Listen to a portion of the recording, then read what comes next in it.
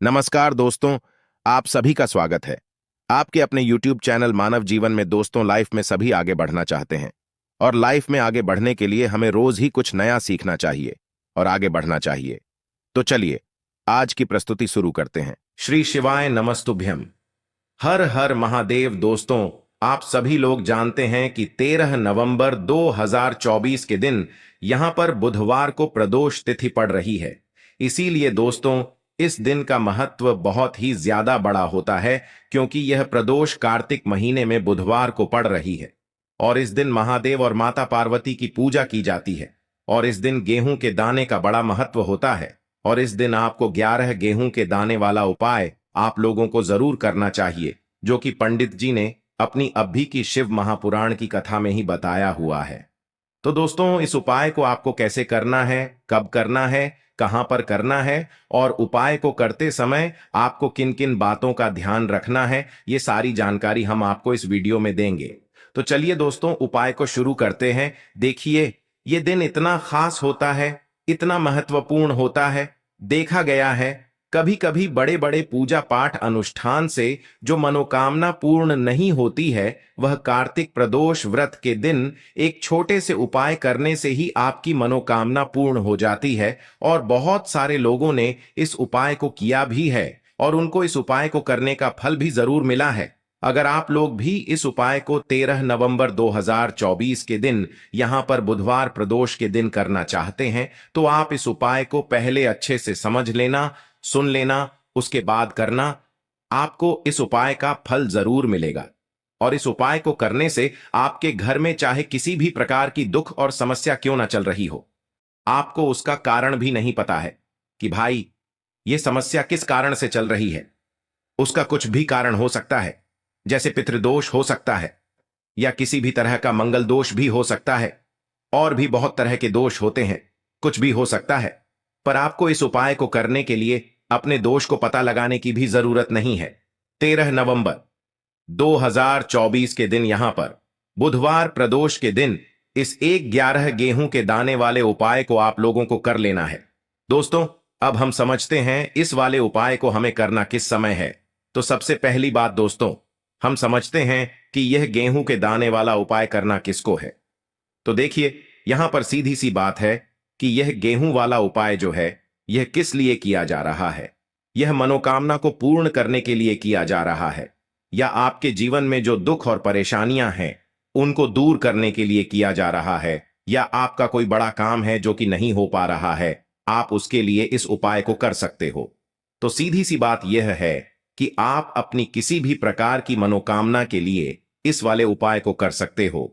तो यह उपाय वह व्यक्ति कर सकता है जिस व्यक्ति को अपनी किसी भी प्रकार की मनोकामना भगवान विष्णु जी से और माता लक्ष्मी से पूर्ण करवानी हो।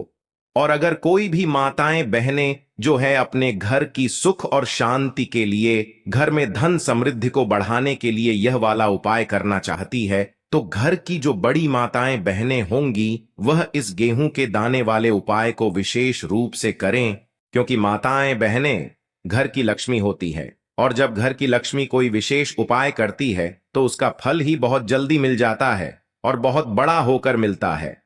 अन्यथा इस उपाय को कोई भी व्यक्ति कर सकता है, चाहे वह बड़ा हो, चाहे वह छोटा हो, चाहे वह बच्चा हो। जिस व्यक्ति को यह 11 गेहूं के दाने वाला उपाय समझ आ गया, वह व्यक्ति इस गेहूं के दाने वाला उपाय को इस प्रदोष व्रत के दिन जरूर करे, क्योंकि उसको इस उपाय का फल बहुत ही जल्दी मिल जाएगा।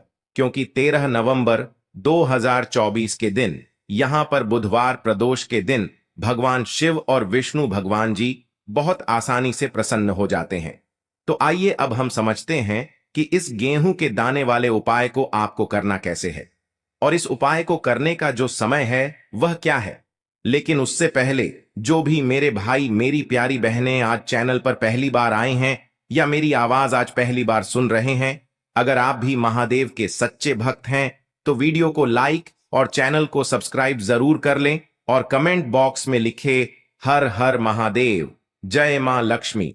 तो देखिए इस प्रदोष के दिन किए जाने वाले यह 11 गेहूं के दाने वाले उपाय जो उपाय है यह मुख्य रूप से शाम के समय होगा। किस समय होगा? शाम के समय होगा। आपको कोशिश यही करनी है कि शाम के समय हम इस गेहूं वाला उपाय को कर ले।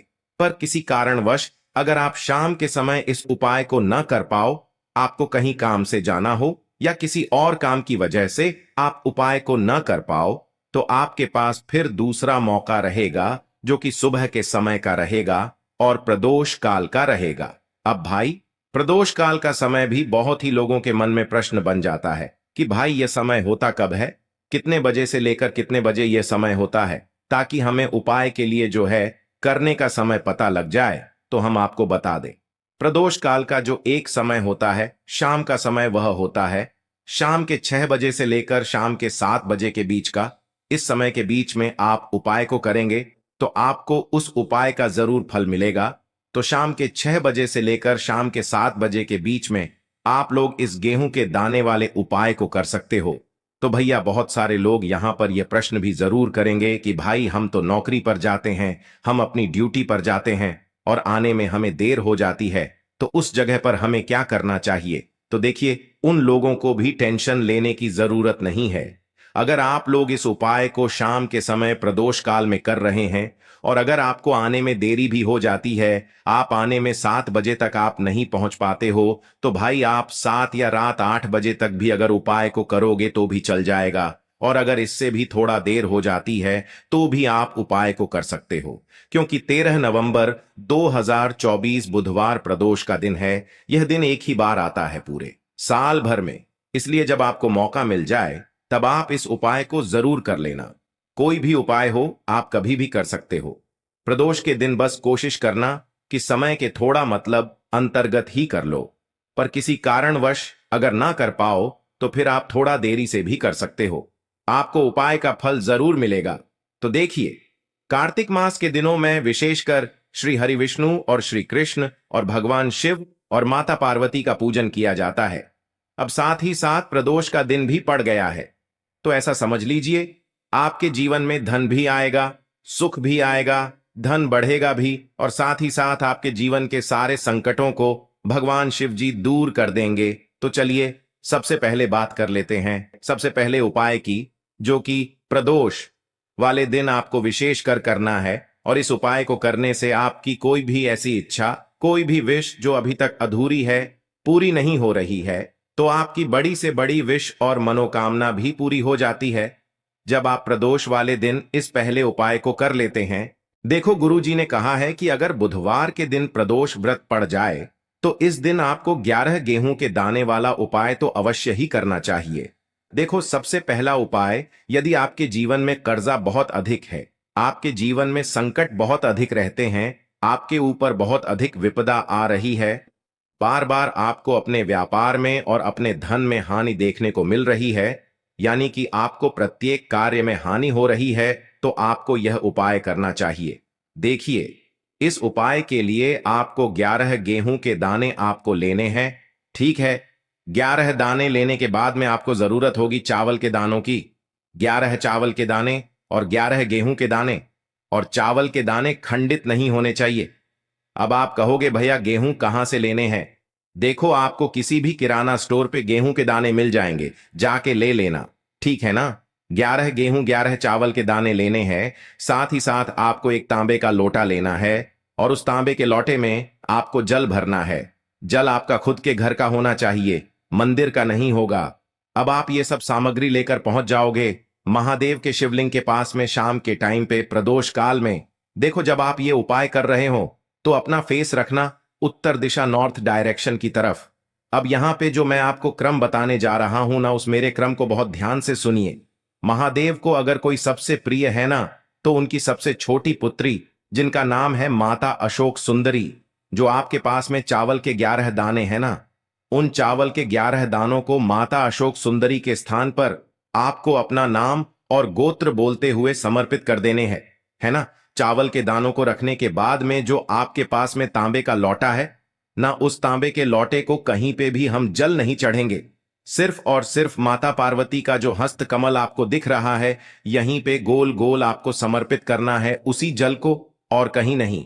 ना तो माता अशोक सुंदरी के स्थान पर, ना तो शिवलिंग के ऊपर, सिर्फ आपको यहाँ पे गोल गोल जलाधारी पर आपको उस जल को समर्पित करना है। अब आपके पास में बचे हुए हैं 11 गेहूं के दाने और बचे हैं। उन्हीं 11 गेहूं के दाने को आपको अपनी मनोकामना अपने विशेष कहते हुए महादेव के शिवलिंग के ऊपर अगर आप बुधवार प्रदोष के दिन प्रदोष काल में समर्पित कर देते हैं तो आपकी जो भी मनोकामनाएं होंगी, जो भी विश होंगी, महादेव पूरी जरूर करते हैं। अन्न को समर्पण करने से, उस खासकर गेहूं को समर्पण करने से हमारी इच्छाएं पूरी होती हैं। और अगर वो दिन प्रदोष का दिन हो तब तो इससे सुंदर संयोग कुछ भी नहीं हो सकता। आपकी इच्छाओं को पूरा करने के लिए बहुत स्पेशल, बहुत प्यारा सा उपाय आप सभी को जरूर करना है। ध्यान में रखिएगा, यह उपाय प्रदोष काल में करना है। देखो, गुरुजी ने कहा है भगवान शिव के शिवलिंग पर 33 कोटि देवी देवताओं का वास होता है। अगर हम शिवलिंग के सामने कुछ भी उपाय करते हैं तो हमारे सभी देवी देवता हमसे खुश हो जाते हैं। ये उपाय आपको अवश्य करना है। देखो, सुबह के टाइम नहीं कर सकते, ठीक है। अब बात करते हैं अगले उपाय की है। देखिए, इस उपाय के लिए आपको मात्र 5 हरे मूंग के दाने ले लेना। हरे मूंग के दाने आपको साबुत लेने हैं, खंडित नहीं होने चाहिए। इस बात का ध्यान रखें। और इसी के साथ में आपको एक तांबे के पात्र के अंदर अपने घर से शुद्ध जल ले लेना है। अब दोस्तों, इन सभी सामग्रियों को लेकर के आपको सीधे पहुंच जाना है भगवान शिव के मंदिर में। देखिए, इस उपाय को भी आप सुबह भी कर सकते हैं और शाम के समय में भी कर सकते हैं।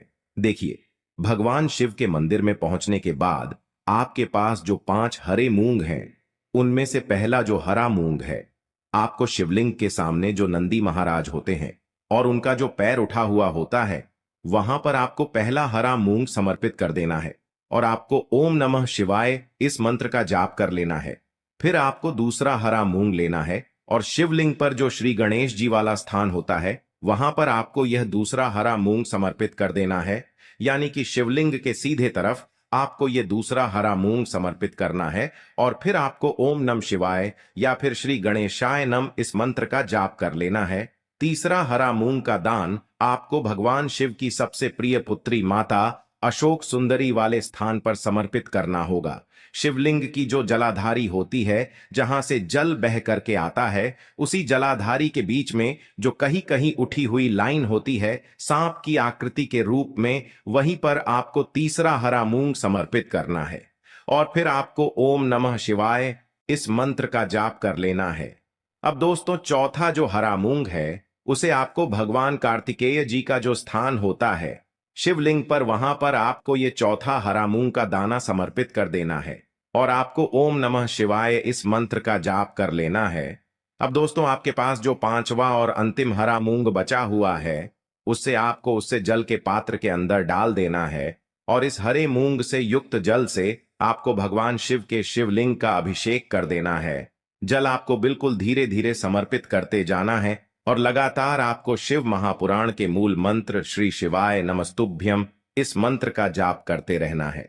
फिर आपको शिवलिंग के सामने बैठकर, यदि आप अपने बच्चों के लिए ये उपाय कर रहे हैं, यदि आप अपने बच्चों की बुद्धि, ज्ञान और विवेक के लिए उपाय कर रहे हैं, तो उसके लिए आपको प्रार्थना कर लेनी है। या फिर व्यापार में वृद्धि करने के लिए ये उपाय कर रहे हैं तो उसकी कामना करते हुए आपको प्रार्थना कर लेनी है। या फिर अपनी नौकरी के लिए कर रहे हैं, या फिर अपने इंटरव्यू के लिए, या फिर धन की प्राप्ति के लिए कर रहे हैं, जिस भी कामना के लिए आप उपाय कर रहे हैं, उसे परिपूर्ण करने के लिए आपको महादेव से प्रार्थना कर लेनी है और फिर आपको वापस अपने घर आ जाना है। पूज्य गुरु जी ने कहा है कि जो भी व्यक्ति इस उपाय को कर लेता है तो यकीन मानिए आपके जीवन की जो सारे संकट, कष्ट और बाधाएं ही वो सभी समाप्त होंगे। अब हम बात कर लेते हैं तीसरे उपाय की। देखिए, इस उपाय के लिए आपको 2 दीपक लेने होंगे। दोनों ही दीपक आप मिट्टी के भी ले सकते हैं और दोनों ही दीपक आप शुद्ध आटा मढ़कर उनके भी तैयार कर सकते हैं। आटे के दीपक को सबसे विशेष माना गया है। अब दोस्तों, दोनों ही दीपक के अंदर आपको शुद्ध घी का प्रयोग करना होगा और एक दीपक के अंदर आपको गोल रुई की बाती का प्रयोग करना होगा और एक दीपक के अंदर आपको लंबी बाती का प्रयोग करना होगा। लंबी बाती वाले दीपक के अंदर आप मौली वाला जो धागा आता है कलावा का, उसकी बाती का प्रयोग भी आप लंबी बाती वाले दीपक के अंदर कर सकते हैं। देखिए, 2 दीपक वाला ये चमत्कारी उपाय केवल रात्रि में ही किया जाता है, इसीलिए आपको इस उपाय को बहुत ही ध्यान से समझना है। इसी के साथ मैं आपको 11 काले तिल के दाने लेना है और इसी के साथ में आपको मात्र एक चुटकी हल्दी भी लेनी होगी। अब दोस्तों, यह सभी सामग्री लेकर के आपको रात्रि के समय पहुंच जाना है अपने घर में, जहां कहीं भी तुलसी जी का पौधा, तुलसी माता का निवास स्थान है, वहां पर देखिए दोस्तों, सबसे पहले तो आपके पास जो एक गोल बाती का दीपक, उसे आपको तुलसी जी के वहां पर प्रज्वलित करना है। दीपक को प्रज्वलित करते समय आपको ओम नमो भगवते वासुदेवाय इस मंत्र का 11 बार जाप कर लेना है। अब देखिए दोस्तों, आप जो 11 काले तिल के दाने लेकर के आए हैं, उन्हें आपको अपने सीधे हाथ में रखना है और जो आपने गोल बाती वाला दीपक प्रज्वलित किया है माता तुलसी जी के वहां पर, उसके ऊपर से आपको इन 11 काले तिल को घाटी की दिशा में घुमाना है। आपको अपना नाम और अपनी गोत्र को बोल देना है और फिर आपको इन काले तिल को उससे जलते हुए दीपक के अंदर डाल देने हैं। देखिए, काले तिल भगवान विष्णु के पसीने से उत्पन्न हुए हैं और जब भी हम यह दीपक बुधवार की रात्रि में प्रज्वलित करते हैं तो इससे हमें हमारे कर्ज में राहत मिलती है, हमारे जीवन में धन प्राप्ति के नए नए मार्ग खुलते हैं, हमारा अगर कोई भी कार्य रुका हुआ है तो वह भी परिपूर्ण होता है। देखिए, गोल बाती का जो दीपक है, विशेषकर हम माता तुलसी के वहां पर भगवान विष्णु और माता लक्ष्मी के निमित्त प्रज्वलित कर रहे हैं। इस प्रकार से आपको ये दीपक प्रज्वलित कर देना है। अब जो आपके पास लंबी बाती का दीपक है, एक चुटकी हल्दी है, तो इससे आपको लेकर के पहुंचना है अपने घर के मंदिर में। आपके घर के मंदिर में माता लक्ष्मी की जो भी प्रतिमा ही मूर्ति है, उनके सामने सबसे पहले तो आपको ये लंबी बाती का दीपक रखना है। फिर आपको दीपक को प्रज्वलित कर देना है। दीपक को प्रज्वलित करते समय आपको ओम महालक्ष्मी नमः इस मंत्र का जाप करते रहना है। अब दोस्तों, आपके पास जो एक चुटकी हल्दी है, उसे आपको अपने सीधे हाथ में रखना है और इस एक चुटकी हल्दी को आपको उस दीपक के ऊपर से 11 बार घड्डी की दिशा में घुमाना है और आपको ओम महालक्ष्मी नमः मंत्र का जाप करते रहना है और इस एक चुटकी हल्दी को आपको उसे दीपक के अंदर डाल देना है। देखिए, एक चुटकी हल्दी वाला जो दीपक है आपके जीवन से दुर्भाग्य को समाप्त करता है, माता लक्ष्मी की आपको कृपा प्राप्त करवाएगा, धन प्राप्ति के आपके जीवन में नए नए मार्ग बनाएगा। गुरु जी द्वारा बताए गए ये सब सिद्ध उपाय है। दोस्तों, इस वीडियो में हमने आपको गुरु जी द्वारा बताए गए 3 से 4 बहुत ही चमत्कारी उपाय बताए हैं जो आपको करने हैं। आज के लिए बस इतना ही इस वीडियो में दी गई जानकारी। अगर आपको अच्छी लगी हो तो प्लीज हमारे चैनल मानव जीवन को सब्सक्राइब करें, लाइक करें और हमारे वीडियो में अंत तक बने रहने के लिए धन्यवाद।